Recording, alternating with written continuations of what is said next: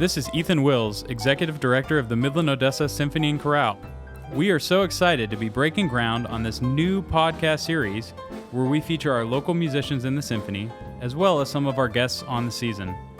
For our first inaugural podcast, we are collaborating with the West Texas Jazz Society to interview the guest on our March 6 Pops concert, Tony DeSare. He sat down with Eric Baker, co-principal trumpet of the symphony and president of the West Texas Jazz Society. For information on Tony, visit www.tonydesare.com. Please also follow the West Texas Jazz Society and Midland-Odessa Symphony and Chorale online to plug into the arts in West Texas. Thank you so much for sitting down and talking to us. Absolutely. I think we should get started by asking, how did you get started in music? Well, I was always fascinated with music, and my dad plays guitar and sings still to this day, and he would work his 9-to-5 job at a plumbing and heating store and come home and play guitar.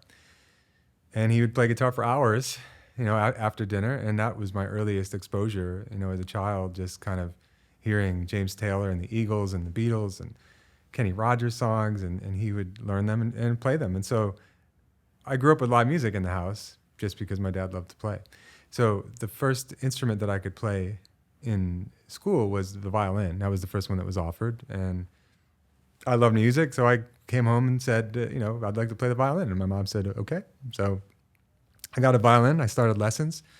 But I was always most fascinated with the piano. Just something about seeing someone play the piano and seeing the keys and everything just fascinated me about it. And we didn't have one in the house. We didn't even have anything, So around the time I was 10 years old, I just started to really, anytime we went to the mall, in the Radio Shack in the mall, there was those Casio keyboards. Nice. Remember those displays? Oh, yeah, with the built-in beats and everything. Oh, yeah, the boom, boom, boom, boom, boom, all that. So I would go and I'd play on those as long as I could in the mall till I annoyed the people working in Radio Shack. And then my parents decided to get me a little Casio, probably 56 key keyboard. And I was obsessed with it. And then my dad and I started to jam together. I got official kind of small town teacher piano lessons. And that's when I really started to focus on that. So I just fell in love with ragtime. I loved Scott Joplin's The Entertainer, and that was my mission. I started piano. I didn't want to do any of the scales. I didn't want to do any of that. I was only interested in playing The Entertainer. Yep. So the first year I worked tirelessly, even if it took me a week to get the first two measures, that's what I did. And for my first piano recital, I played The Entertainer, the whole thing. That's great. And the second year, I discovered Rhapsody in Blue. And Rhapsody in Blue is what taught me how to play the piano. Yeah. Because I spent that next whole year learning it to the best of my ability. And now it's, in recent years, brushed it up again and actually perform it with orchestras. It's really, been a dream come true. But anyway, that's kind of how I got into it. And then I wasn't going to necessarily do it for a job. I was planning on going to school pre-med. But this was all like, the singing came later. It came when I was in high school. Mm-hmm. And then I was shy. I mean, I never played for anybody. But then when I started to, it had a real effect, on people that I saw, and it was fun. Yeah. So by the time I had already applied and gotten into college, I, was starting to become a professional musician. I was starting to play gigs locally. And so when I started school, it just kind of one thing led to another, and I ended up getting a following on campus and decided halfway through I wasn't going to pursue the medical aspect of it, and decided I'd get a business degree and then move to New York City and try my hand at a music career. So, wow. Very good. Well, we have a mutual friend in Really? Bucky Pizzarelli. Oh, yes. And Bucky has been a long time attendee of our West Texas Jazz Party that we have out here. I came out with him one year. I was going to say, yeah, that's been a few years. It's been a long time, but yeah. And you probably would have dealt with our former president, Margaret Gillum, who was longtime amazing president of the Jazz Society and brought her out. So, man, what was it like, playing with him, touring with him, doing gigs with him? Well, it was great. I mean, in a lot of ways, I owe him a lot of my success that I was able to, in transitioning from somebody who plays in a hotel lounge or piano bar to someone who plays at a jazz club and tours. That's because at that point in my career, this was like 2002, 2003, I was playing a lot in New York City, befriended Joe Piscopo, the comedian from Saturday Night Live, and he came in, he saw me at this piano bar, and he started to hire me to play piano and be his music director for shows, because he just loved the way I play. Could play One for My Baby, just like Bill Miller does for Frank Sinatra, and he loved that. So Joe got asked to host the emergency jazz fund, of New York City, they have for jazz musicians that are unable to pay medical bills or housing expenses. They have a big fundraiser, and they asked Joe to kick off the second half and have him sing, because he sings, various things, Frank Sinatra, whatever he does, part of his comedy. So they put a band together for him, and they assigned Bucky to our band because it was kind of the vibe. Bucky's kind of Freddie Green style, quarter notes on the guitar. So we met at Joe's house. First time I met Bucky was at Joe Piscopo's house, and we had a little rehearsal. And Bucky just liked me. He liked the way I sang. I have a very kind of old school sensibility, and we did the gig at the Apollo Theater, and I went to go see him at a New Jersey jazz club called Shanghai Jazz, and he's like, "Come on, sit in." So I got up and I sat in for one song, and then people wanted me to. So he had me stay for the whole set. So I sang. I pretty much took over Bucky's set at a Shanghai Jazz show, which then got me a gig offer at that club. And then around the same time, I'd met a producer at the Friars Club, famous Friars Club in New York City. Remember people that are a little older remember the roasts, the Dean Martin and Frank Sinatra roast. But the Friars Club in New York City is the entertainment fraternity. Yep. And I met this guy, Billy Terrell, who would eventually become my producer. But I would hang out at the Friars Club, and he would say, "I want to record you, and you could be, we could do so much." But I kept pushing him and kept asking him, but it didn't seem to be happening. But when I met Bucky, he was more interested, because then it's like, oh, this is some other element. So I asked Bucky if he would record with me. And Bucky's like, yeah, just make it close to my house. That's all he said. So I researched recording studios nearby Saddle River, New Jersey, where Bucky lives, and found one in, I guess, was it Patterson? And Bucky came. I didn't know how long he was going to stay to record. I'd be happy to get him on one or two tunes. He stayed an entire session day. We recorded half an album in a day. And then he's like, when are we going to finish it? So we went back the next day, and we made a whole album, which became my first album that was released on Telex Records in 2005. That's amazing. So, so Bucky was a catalyst for making all that happen. And also just a vote of confidence, because he, the great thing about Bucky was that you didn't have to guess kind of how he was feeling about something. He was very just who he was, very authentic, not man of many words, but, I know that if he didn't want to do it, he wouldn't, and just like, he didn't have to say a lot. We just do a take, and he was like, that's a hit record. That's all he'd say. Like, you sing like it's the easiest thing in the world, like stuff like that. And it just really made a difference. And I had the opportunity to work with Bucky throughout the years, and was fortunate enough to see him just a couple months before he passed away. I was in New York City last February, and I was overseeing a recording with John Pizzarelli and my guitarist, who are friends, and they were doing some 7-string guitar duets. And on that trip, I went to visit Bucky, and at that point he was, definitely not aware so much of what was going on. But when I started singing, he recognized that I was there, and that was really an unforgettable moment for me. So, I'm sure. Yeah. No, he was just such a wonderful person, always just like you said, that infectious energy, so eager to promote and celebrate young artists that we've had. For the West Texas Jazz Party, in the years where we could have it, we would bring in some young people to come do a little scholarship audition, and we actually named that after him. So we do offer out the great. Bucky Pizzarelli Jazz Scholarship each year to a young high school musician that wants to study jazz in college. Yeah. And so that's our very small but meaningful tribute, to him. That's great. So what has this last year looked like for you? Well, at first it was terrifying. Yeah. I was on the road, starting a Midwest tour. It was going to be like 25 dates in 30 days. And, I left for the tour with things starting to shut down. But the managers of the tour were like, no, we're still doing it. I'm like, are you sure? Yeah. So we get all the way out there. We drive, we fly into Minneapolis, get the van, get all the equipment, load it all up, drive untold hours to Cedar Rapids, Iowa. I do one show, and the whole tour gets canceled, and Oh my goodness. and they find us flights home, and that's it. And then I'm home.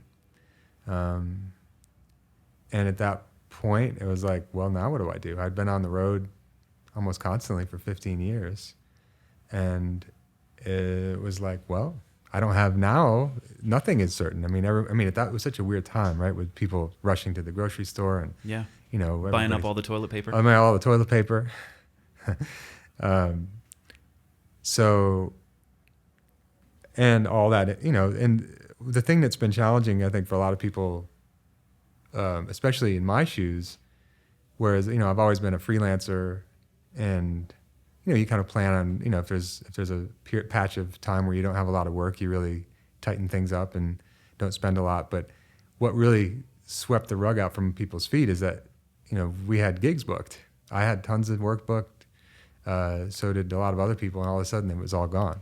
So it was like, well, all that income that I was counting on is no longer there. So, but it's like, what are you going to do? But thankfully, I wasn't in a place where that became my biggest concern. It certainly was. And then the first day I was home, and I just kind of lounged around and worried.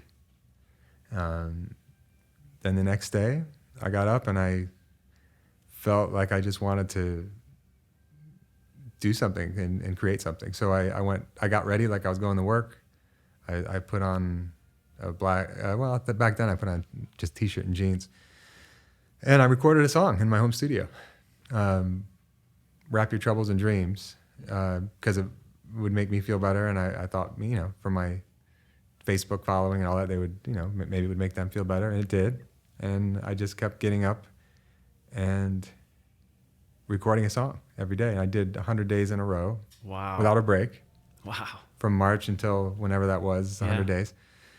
And I'm still doing it. I just put out number 213, I guess. And I'm going to put one out today that I recorded a few days ago. Oh, fantastic. But so I put out over 200 performances of me singing and playing piano since then. Mm-hmm. And have really, it's been great because it's like I finally got good at recording myself and good at singing for recording, which is, is different than singing live. And it's something that I always knew why the greats of the past, like Frank Sinatra and Rosemary Clooney, why they were so good is because they were always recording and having to do it in one take. Yeah.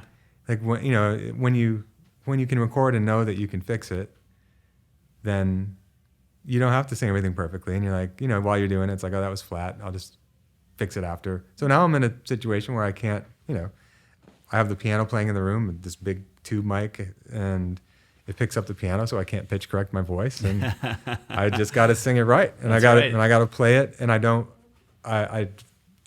like mix takes together. I don't comp takes together. Mm-hmm. So I just keep doing it till I like it, and then I put it out, and that's been immensely helpful in keeping my skills sharp and also making me way better than I was before. Before I couldn't listen to myself. I had a hard time. Now it's like I don't mind. I can listen to myself, and it's been a wonderful connection with this new online following that I have of wonderful, kind people Mm-hmm. that support me every single day. For over 200 videos, write a comment on my wall thanking me. Yeah. I started doing live stream concerts from my basement. I upgraded my setup only slightly. I had everything almost I needed. I just needed a thing to be able to switch cameras live and get it into the PC. And so I started doing those, and those paid just as well at the end as a gig on the road. Yep. I can do them every week, but I did one every few months, and people showed up and supported me and sent me sent me PayPal donations, sent me checks, just little things that just got me through. Yeah. And I got back on the road in August of 20, and I've kind of been doing, first I just kind of did one thing a month. And now this week actually kicks off a very busy period for me through May. I mean, I'm very busy through May, which I can't believe it. Are you doing a symphony orchestra for this whole tour, or are you doing some different? Some different things. I just was with the Seattle Symphony 2 nights ago. And I do the Naples Philharmonic in Florida next week.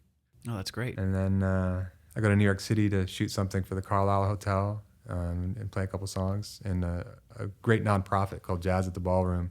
If people don't know about that, check that out.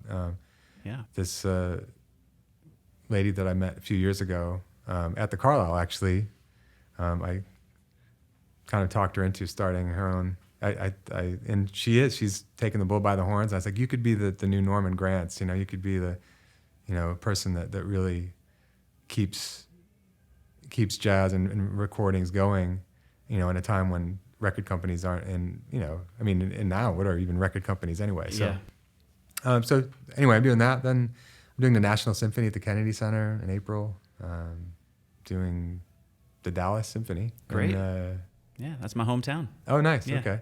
So it's busy. And, I actually got used to staying home though. So it's like, it's a little weird. Yeah.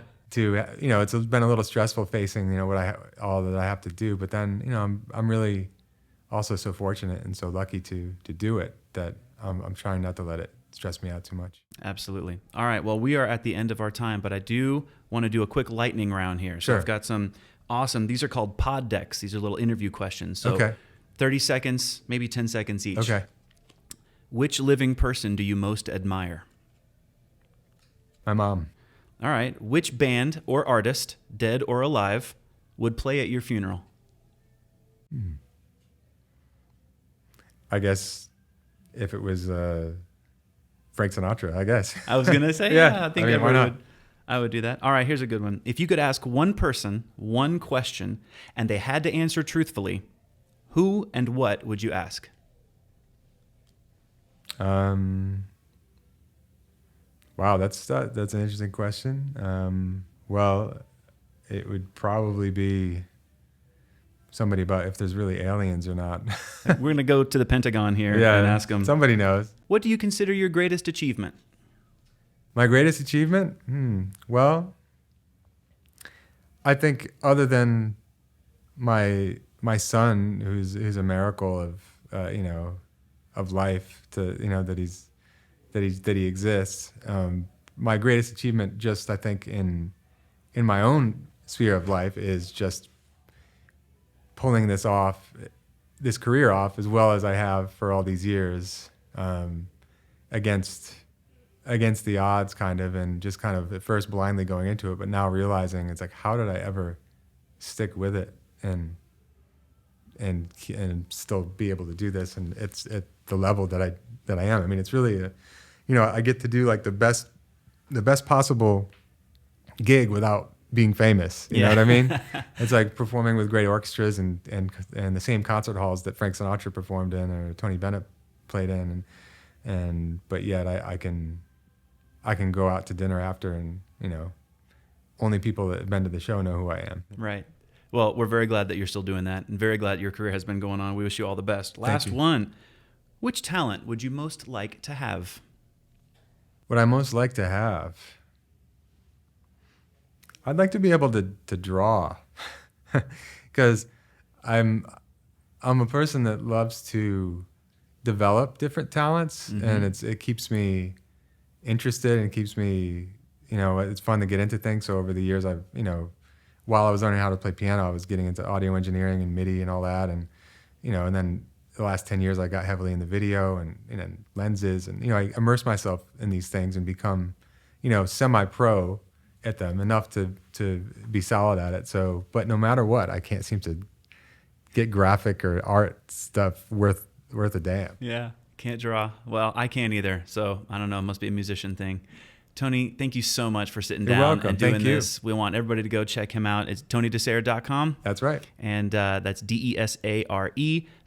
And you can find him on Facebook and check out some of those amazing videos. Yeah, Facebook is my Facebook music page is where most of my audience is, but I also put the videos out on YouTube and Instagram. All right, everybody, go check him out. Thanks again. Thank you. As a child, I went wild when the band played, as I ran to the man while his hand swayed. Clarinets were my pets, and the slide trombone I thought was simply divine. But today when they play, I could hiss them. Every bar is a jar to my system. But there's one musical instrument that I call mine. I love a piano, I love a piano. I love to hear somebody play upon a piano, a grand piano. It simply carries me away. I know a fine way to treat a Steinway. I love to run my fingers o'er the keys, the ivories, and with the pedal I love to meddle. When Paderewski comes this way, I'd be delighted to be invited to hear that long-haired genius play. So you can keep your fiddle and your bow. I love the Piano. I wanna stop right beside an upright or a high-tone baby grand.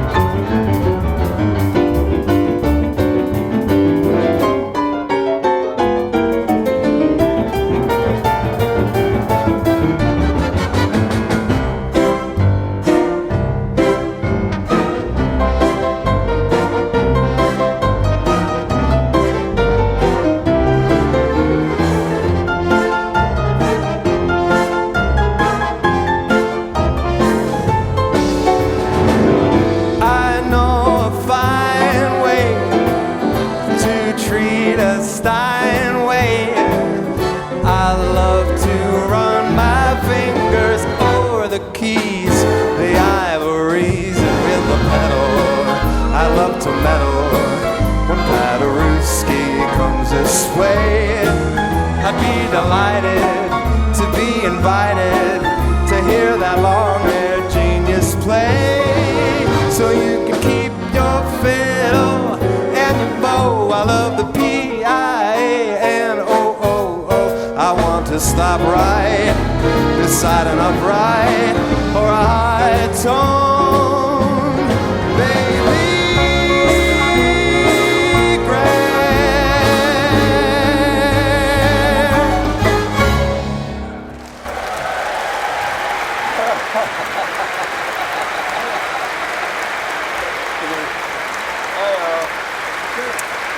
Thank you.